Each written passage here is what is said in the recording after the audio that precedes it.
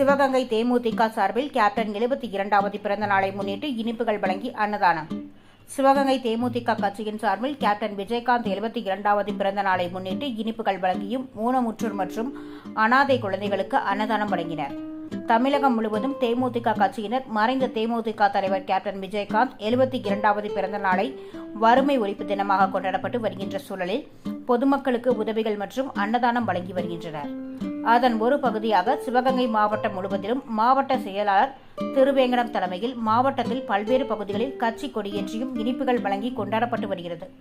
அதனைத் தொடர்ந்து சிவகங்கையில் தேமுதிக மாவட்ட துணை செயலாளர் ஞானமுத்து தலைமையில் நகர செயலாளர் தர்மராஜ் முன்னிலையில் கட்சி நிர்வாகிகள் மறைந்த தேமுதிக தலைவர் கேப்டன் விஜயகாந்தின் 72வது பிறந்த நாளை முன்னிட்டு இன்று காலை பனங்குடி ரோட்டின் அருகே உள்ள தாய் இல்லத்தில் உள்ள மாற்றுத்திறனாளிகளுக்கு கேப்டன் அறக்கட்டளை ஏற்பாட்டில் காலை உணவு வழங்கப்பட்டது.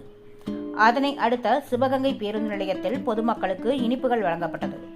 அதனை தொகை மேலூர் ரோடு அருகே உள்ள ஆதரவற்ற தங்கும் விடுதியில் உள்ள குழந்தைகளுக்கு மதிய உணவை தேமுதிக மாவட்ட செயலாளர் திருவேங்கடம் தலைமையில் வழங்கப்பட்டது.